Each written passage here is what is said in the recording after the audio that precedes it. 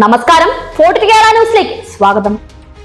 ഇന്ദിരാഗാന്ധി പാർലമെന്റിൽ ഒരിക്കൽ കൂടി പുനർജനിച്ച പോലെയായിരുന്നു കഴിഞ്ഞ ദിവസം. രാജ്യത്തെ സംബന്ധിച്ചിടത്തോളം എംപിമാർ വളരെ വലിയ സന്തോഷത്തിലായിരുന്നു.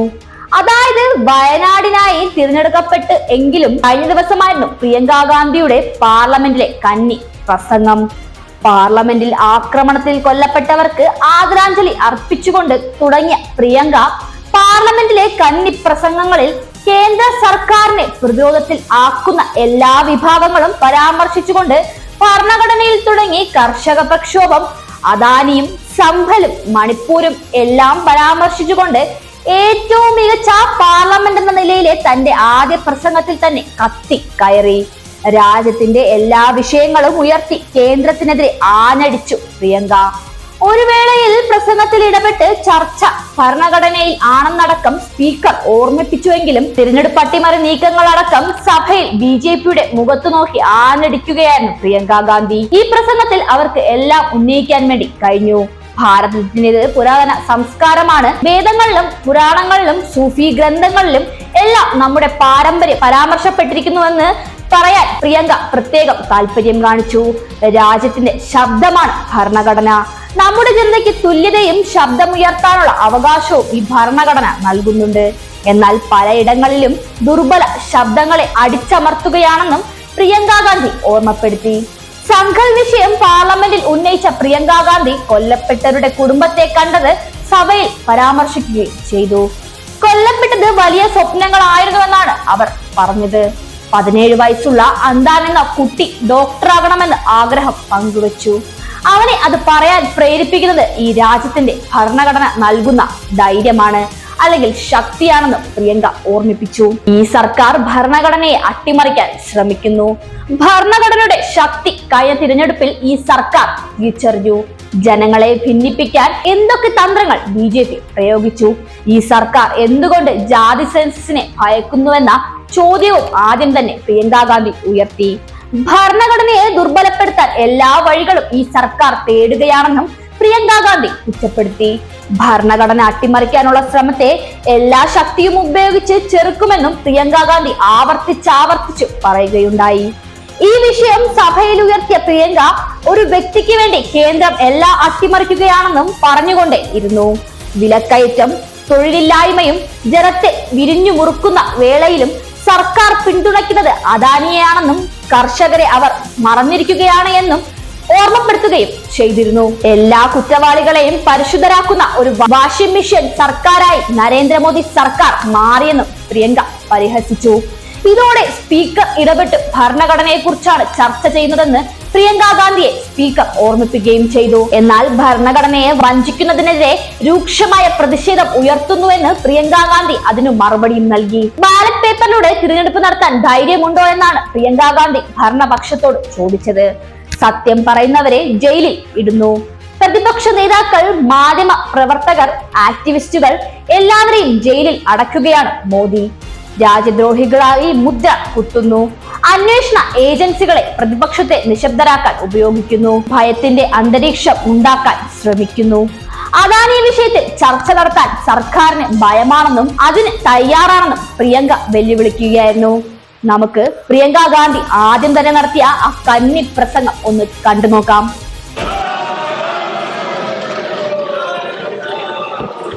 श्रीमती प्रियंका गांधी वाड़ा।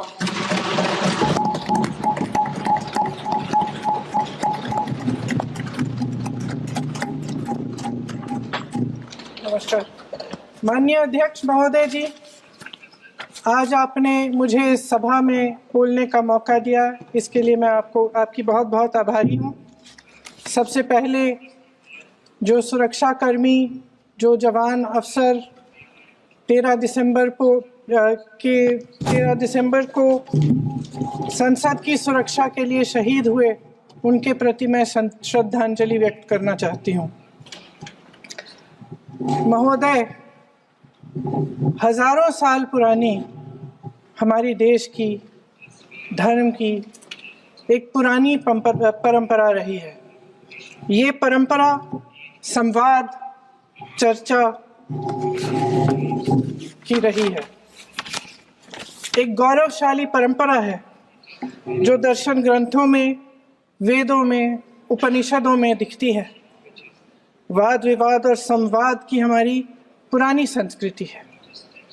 अलग अलग धर्मों में भी, इस्लाम में, सूफियों में, बौद्ध धर्म में, जैन धर्म में, सिख धर्म में भी ये वाद संवाद, ये चर्चा बहस, इसकी संस्कृति रही है। इसी परंपरा से उभरा हमारा स्वतंत्रता संग्राम। हमारा स्वतंत्रता संग्राम विश्व में एक अनोखा संग्राम था, एक अनोखी लड़ाई थी जो अहिंसा और सत्य पर आधारित थी। ये वाद संवाद की जो परंपरा है, इसको इस संग्राम ने आगे कैसे बढ़ाया? क्योंकि ये जो संग्राम था, ये जो लड़ाई थी हमारी आज़ादी के लिए, एक बेहद लोकतांत्रिक लड़ाई थी। इसमें देश के किसान, देश के जवान, देश के मजदूर, देश के अधिवक्ता, देश के बुद्धिजीवी, चाहे किसी भी जाति के हो, चाहे किसी भी धर्म के हो, चाहे किसी भी भाषा को बोलते हो, सब इस स्वतंत्रता संग्राम में शामिल हुए। सब ने हमारे देश की आज़ादी की लड़ाई लड़ी।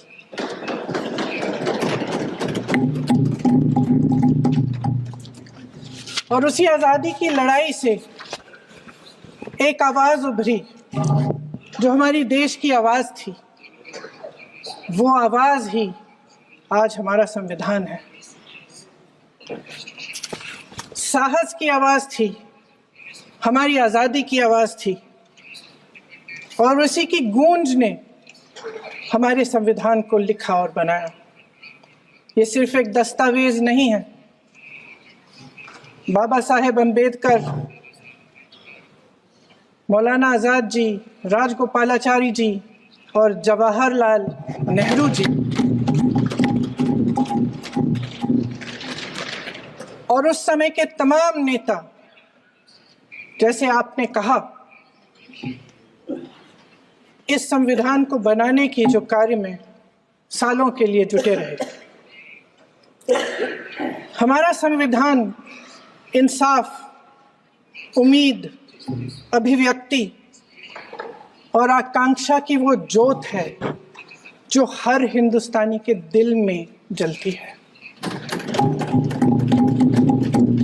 अध्यक्ष महोदय, इस ज्योत ने हर एक भारतीय को ये पहचानने की शक्ति दी कि उसे न्याय मिलने का अधिकार है, कि उसमें अपने अधिकारों के लिए आवाज उठाने की क्षमता है, कि जब वो आवाज उठाएगा तो सत्ता को उसके सामने झुकना पड़ेगा। इस संविधान ने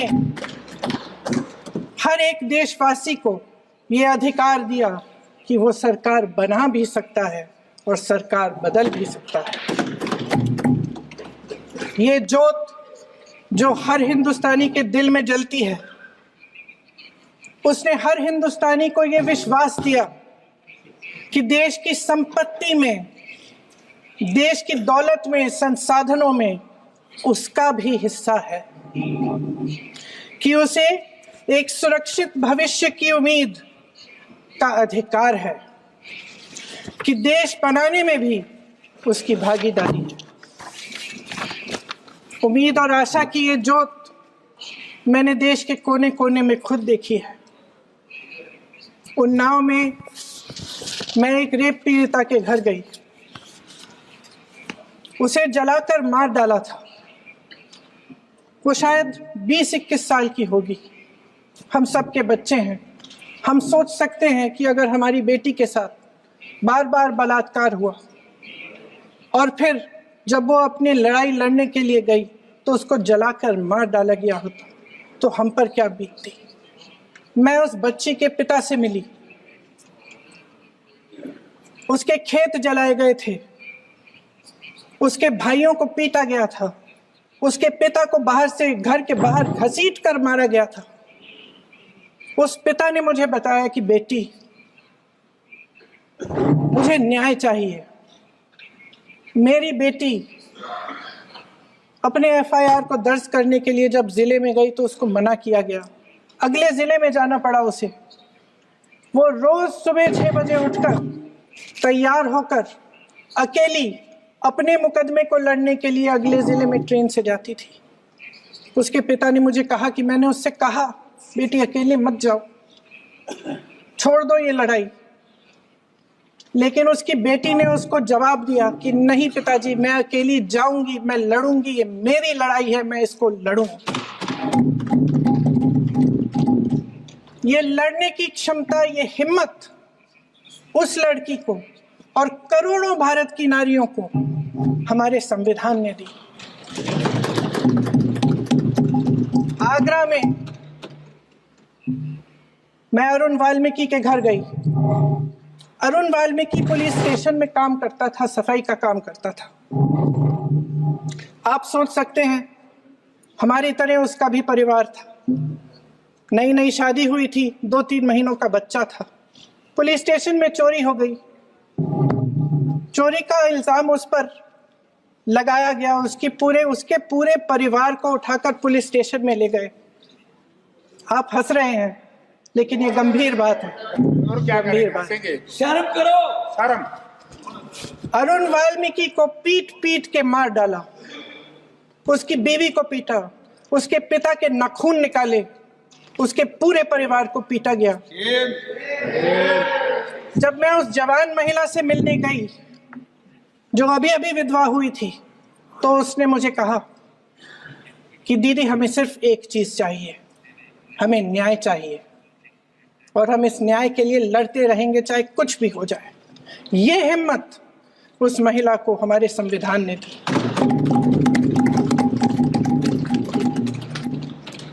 संभल के कुछ लोग आए थे हमसे मिलने, जो मृतकों के परिवार के सदस्य थे। उसमें 2 बच्चे थे, अदनान और उजैर। आप सुनिए। उसमें 2 बच्चे थे, अदनान और उजैर। एक बच्चा मेरे बच्चे की उम्र का है, दूसरा उससे छोटा 17 साल का है। दर्जी के बेटे थे। दर्जी का एक ही सपना था कि वो अपने बेटों को पढ़ाएगा, लिखाएगा। एक बेटा डॉक्टर बनेगा, एक बेटा भी सफल होगा दूसरा बेटा भी अपने जीवन में सफल होगा। उनके पिताजी हर रोज उनको स्कूल छोड़ते थे। उस दिन भी स्कूल छोड़ने के बाद अपनी दुकान में चले गए। उन्हें पता नहीं था कि विवाद हो रहा है। उन्होंने भीड़ देखी, घर आने की कोशिश की तो पुलिस ने गोली से मार डाला। वो 17 साल का बच्चा अदनान मुझसे कहता है, वो 17 साल का बच्चा अदनान मुझसे कहता है कि मैं बड़ा होकर डॉक्टर बन के दिखाऊंगा, मैं अपने पिता का सपना साकार करूंगा। ये सपना, ये आशा उसके दिल में हमारे संविधान ने डाली। अध्यक्ष महोदय, हमारे देश के करोड़ों देशवासियों के संघर्ष में, अपने अधिकारों की पहचान में, इनकी कठिन से कठिन परिस्थितियों से लड़ने की अपार हिम्मत में और देश से न्याय की अपेक्षा में हमारे संविधान की ज्योत जल रही है। मैंने हमारे संविधान की ज्योत को जलते हुए देखा है और इसके साथ साथ ये भी समझा है कि हमारा संविधान एक सुरक्षा कवच है। एक ऐसा सुरक्षा कवच है जो देशवासियों को सुरक्षित रखता है, न्याय का कवच है, एकता का कवच है और अभिव्यक्ति की आजादी का कवच है। दुख की बात यह है कि मेरे सत्ता पक्ष के साथी जो बहुत बड़ी बड़ी बातें करते हैं, इन्होंने इन 10 सालों में यह सुरक्षा कवच, सत्ता पक्ष के मेरे साथियों ने ये सुरक्षा कवच तोड़ने का पूरा प्रयास किया है। संविधान में सामाजिक, आर्थिक और राजनीतिक न्याय का वादा है। ये वादा एक सुरक्षा कवच है जिसको तोड़ने का काम शुरू हो चुका है। लैटरल एंट्री और निजीकरण के जरिए ये सरकार आरक्षण को कमजोर करने का काम कर रही है। अगर लोकसभा में ये नतीजे नहीं आए होते तो ये संविधान बदलने का काम भी शुरू कर लेते। सच्चाई ये है अध्यक्ष महोदय कि आज संविधान बार बार इसलिए कह रहे हैं क्योंकि इस चुनाव में इनको पता चल गया कि इस देश की जनता ही इस संविधान को सुरक्षित रखेगी। कि इस चुनाव में हारते जीतने से इन्हें एहसास हुआ कि ये संविधान बदलने की बात इस देश में नहीं चलेगी। आज जनता की मांग है कि जाति जनगणना हो। सत्ता पक्ष के मेरे साथी ने इसका जिक्र किया। ये जिक्र भी आज इसलिए हो रहा है क्योंकि चुनाव में ये नतीजे आए। ये जाति जनगणना इसलिए जरूरी है ताकि हमें पता चले कि किसकी क्या स्थिति है और नीतियां उस हिसाब से बने। इनकी गंभीरता का प्रमाण ये है कि जब चुनाव में पूरे विपक्ष ने जोरदार आवाज उठाई कि ये जाति जनगणना होनी चाहिए, तो इनका जवाब देखिए। इनका जवाब भैंस भाग भैंस चुरा लेंगे, मंगलसूत्र चुरा लेंगे। इनका ये जवाब था। ये गंभीरता है इनकी जाति जनगणना पर। महोदय, हमारे संविधान ने आर्थिक न्याय की नींव डाली, किसानों, गरीबों और को जमीन बांटी, भूमि सुधार किया, जिसका नाम लेने से कभी कभी आप झिझकते हैं और कभी कभी उनका नाम धड़ाधड़ इस्तेमाल किया जाता है अपने आप को बचाने के लिए।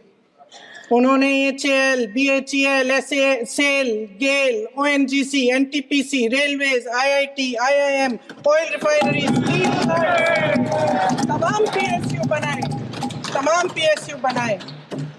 अध्यक्ष महोदय, उनका नाम पुस्तकों से मिटाया जा सकता है, उनका नाम भाषणों से मिटाया जा सकता है, लेकिन जो उनकी भूमिका रही इस देश की आज़ादी के लिए और इस देश के निर्माण के लिए, वो इस देश से कभी मिटाया नहीं जा सकता।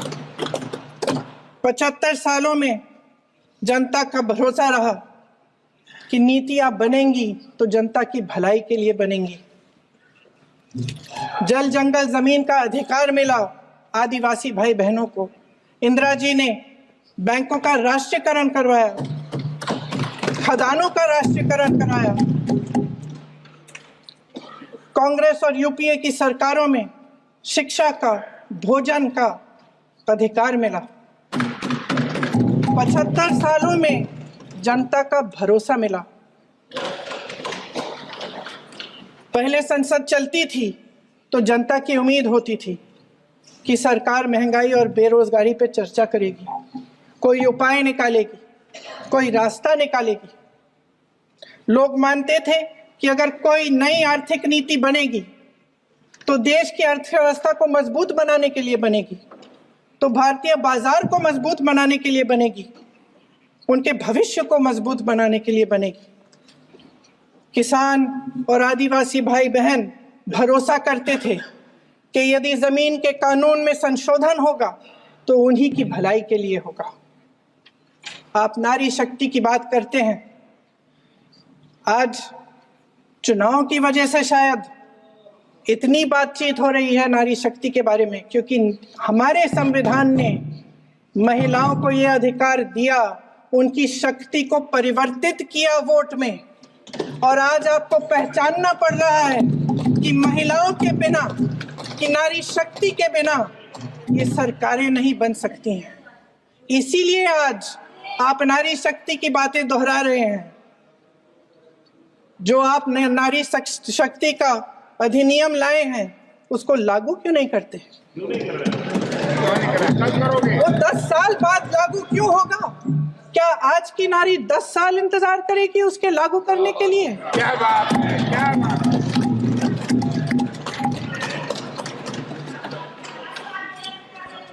आज संसद में बैठे हुए सत्ता पक्ष के मेरे साथी ज्यादा से ज्यादा अतीत की बातें करते हैं। 1921 में क्या हुआ, कब हुआ, नेहरू जी ने क्या किया। अरे वर्तमान की बात करिए, देश को बताइए आप क्या कर रहे हैं, आपकी जिम्मेदारी क्या है। कि सारी जिम्मेदारी जवाहरलाल नेहरू की है। अध्यक्ष महोदय जी, ये सरकार आर्थिक न्याय का सुरक्षा कवच तोड़ रही है। आज संसद में बैठी ये सरकार बेरोजगारी और महंगाई से जूझ रही हमारी जनता को क्या राहत दे रही है। कृषि के कानून भी बड़े बड़े उद्योगपतियों के लिए बन रहे हैं। सही एमएसपी को छोड़िए, डीएपी तक नहीं मिल रहा है।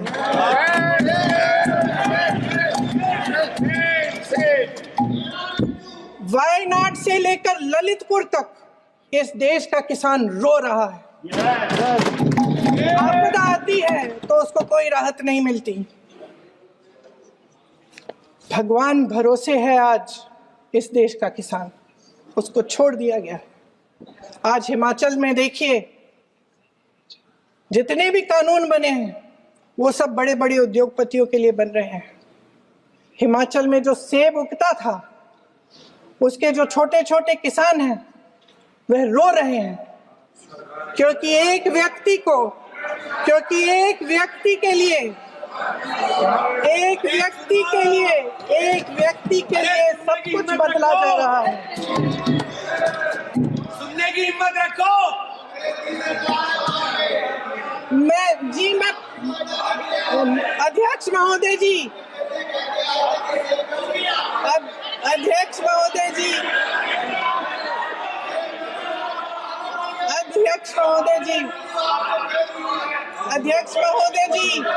अडानी जी को सारे कोल्ड स्टोरेज प्रदेश की सरकार ने नहीं दिए।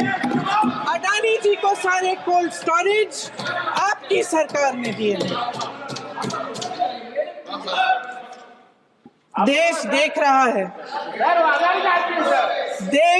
रहा है कि एक व्यक्ति को बचाने के लिए 142 करोड़ देश की जनता को नकारा जा रहा है।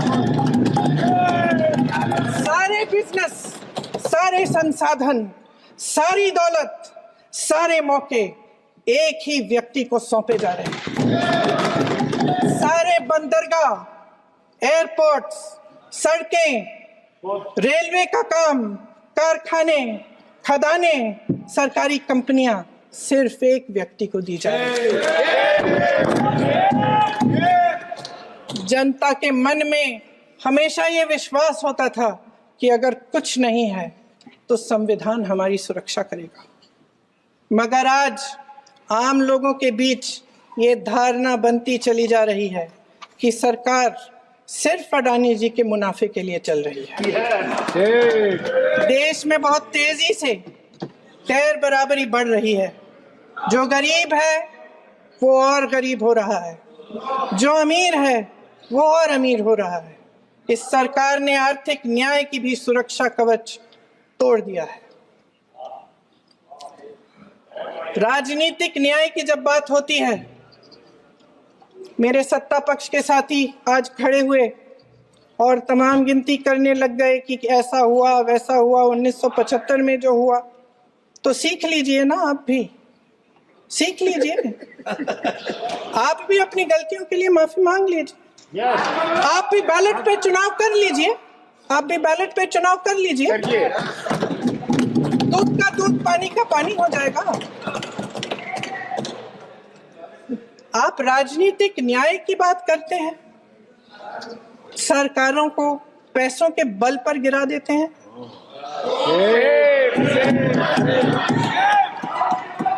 मेरा आग्रह है कि अपन संविधान में सकारात्मक बोले।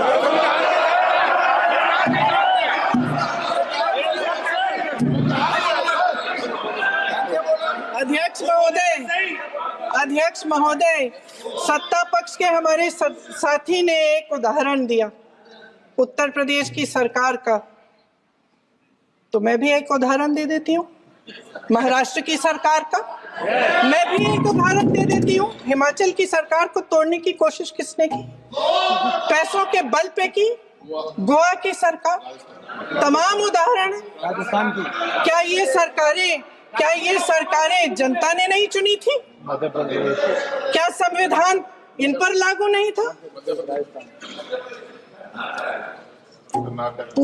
पूरी देश की जनता जानती है कि इनका हंसती है, जानती है कि इनके यहाँ तो वॉशिंग मशीन है।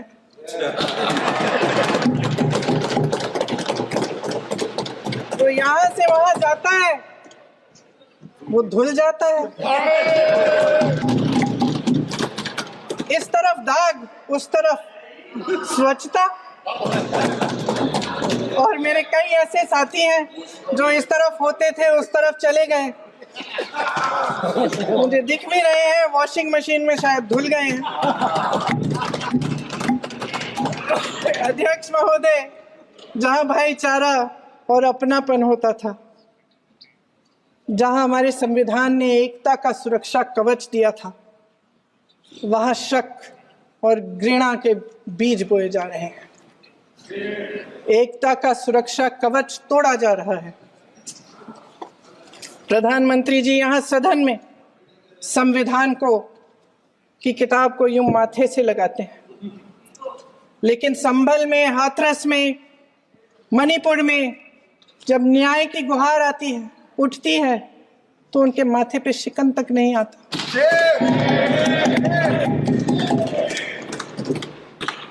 शायद समझ नहीं पाए हैं कि भारत का संविधान संघ का विधान नहीं है।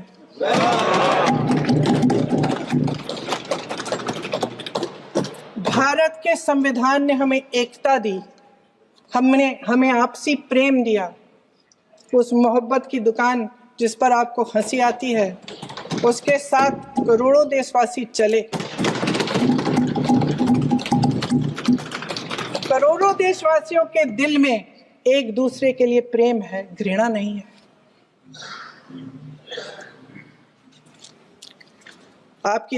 इनकी जो विभाजनकारी नीतियां हैं, उसका नतीजा हम रोज देखते हैं। राजनीतिक फायदे के लिए संविधान को छोड़िए, देश की एकता को भी ये रख नहीं सकते, इसकी सुरक्षा नहीं कर सकते। हमने संभल में देखा, मणिपुर में देखा। दरअसल इनका कहना है कि अलग अलग इस देश के अलग अलग हिस्से हैं, कैमरा, लेकिन हमारा संविधान कहता है कि ये देश एक है और ये देश एक रहेगा। जहां खुला विवाद होता था, अभिव्यक्ति का सुरक्षा कवच होता था, इन्होंने भय का माहौल पैदा किया है। सत्ता पक्ष के मेरे साथी अक्सर 75 सालों की बात करते हैं, लेकिन इन 75 सालों में ये उम्मीद, आशा, ये अभिव्यक्ति की ज्योति कभी थमी नहीं, कभी बुझी नहीं। इस देश की जनता ने खुलकर आलोचना की, निडर होकर धरने किए, प्रदर्शन किए। जब जब जनता नाराज हुई, तब तब सत्ता को ललकारा, उसे चेतावनी दी, बड़े से बड़े नेताओं को कटघरे में खड़ा किया, उनसे जवाब मांगा, न्याय मांगा। इस देश के छोटे छोटे से नुक्कड़ की दुकानों में, चाय की दुकानों में, इस देश के घरों में, गलियों में, मोहल्लों में, अखबारों में, प्रकाशन घरों में, न्यायपालिकाओं में चर्चा कभी बंद नहीं हुई। लेकिन आज ये माहौल नहीं है। आज जनता को सच बोलने से डराया जाता है, धमकाया जाता है। पत्रकार हो या विपक्ष का नेता हो या किसी यूनिवर्सिटी का प्रोफेसर हो, छात्र संघ हो या कर्मचारियों का संगठन हो, सबका मुंह बंद कराया जाता है। किसी पे ईडी, किसी पे सीबीआई, किसी पे इनकम टैक्स, फर्जी मुकदमे लगवाए जाते हैं, जेल में डाल दिया जाता है, विपक्षी नेताओं को जेल में डाल दिया जाता है, उनको सताया जाता है। किसी को नहीं छोड़ा इस सरकार ने। देशद्रोही कह कह के उत्तर प्रदेश में मुझे याद है कुछ अध्यापिकाएं प्रदर्शन कर रही थी, उन पर मुकदमा डाल दिया देशद्रोही का, उन्हें देशद्रोही कह दिया। इन्होंने देश का पूरा माहौल भय से भर दिया है। इनकी मीडिया की मशीन झूठ फैलाती है, तरह तरह के आरोप लगाती है, और शायद वह भी भय में ही है। महोदय, मैं इस सदन को याद दिलाना चाहती हूँ कि ऐसा डर का माहौल देश में अंग्रेजों के राज में था। जब इस तरफ बैठे हुए गांधी की विचारधारा वाले लोग आजादी की लड़ाई लड़ रहे थे और उस तरफ वाली विचारधारा वाले लोग भय में रहकर अंग्रेजों के साथ साठ-गांठ कर रहे थे। लेकिन अध्यक्ष महोदय, भय का भी अपना स्वभाव होता है। भय फैलाने वाले हमेशा भय का खुद शिकार बन जाते हैं। ये प्रकृति का नियम है। आज इनकी भी यही हालत हो गई है। भय फैलाने के इतने आदी हो गए हैं कि खुद भय में रहने वाले हैं, चर्चा से डरते हैं, आलोचना से घबराते हैं। कई दिनों से हम मांग रहे हैं कि चर्चा करिए, लेकिन चर्चा करने की हिम्मत ही नहीं है।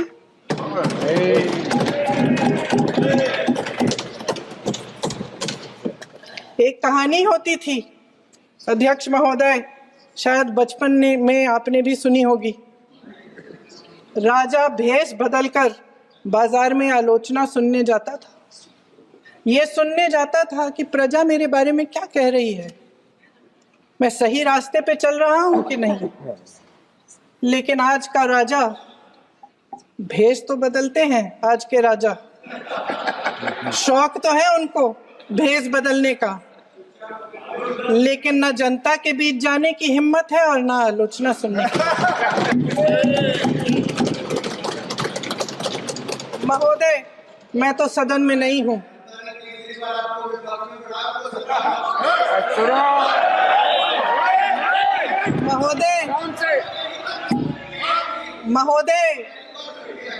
महोदय, जनता में बहुत विवेक है, ये सही है।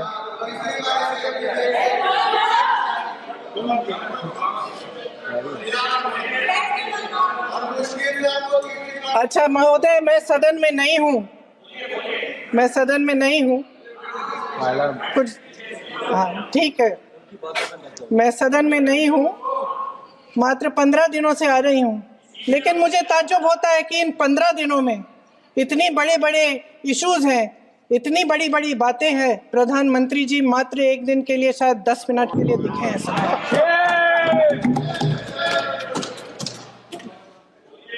बात यह है अध्यक्ष महोदय जी कि ये देश भय से नहीं, साहस और संघर्ष से बना है।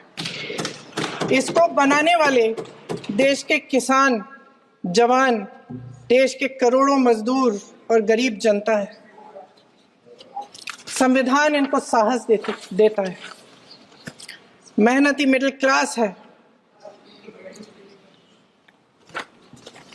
और इस देश के जो करोड़ों देशवासी हैं, जो रोजाना भयंकर परिस्थितियों का सामना करते हैं, उनको साहस देता है।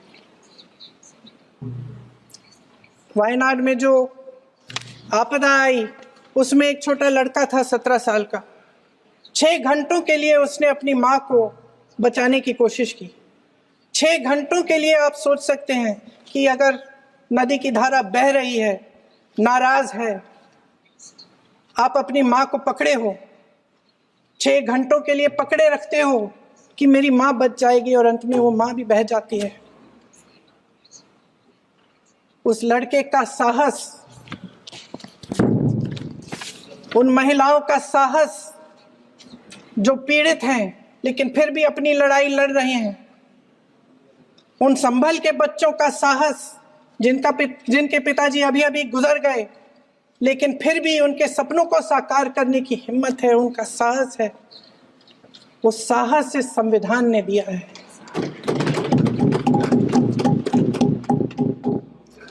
वो आत्मविश्वास इस संविधान ने दिया है। ये देश भय से नहीं चल सकता, ये देश साहस से ही चलेगा। भय की भी सीमा होती है, और जब वो सीमा पार हो जाती है, जब किसी को इतना दबाया जाता है कि उसको लगने लगता है कि अब मुझे मेरे पास खोने के लिए कुछ नहीं है, तब उसमें एक ऐसी शक्ति पैदा होती है जिसके सामने कोई कायर खड़ा नहीं हो सकता। ये देश कायरों के हाथों में ज्यादा देर तक कभी नहीं रहा है।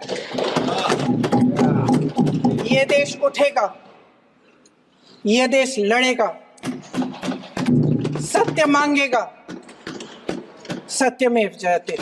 जय हिंद। अखिलेश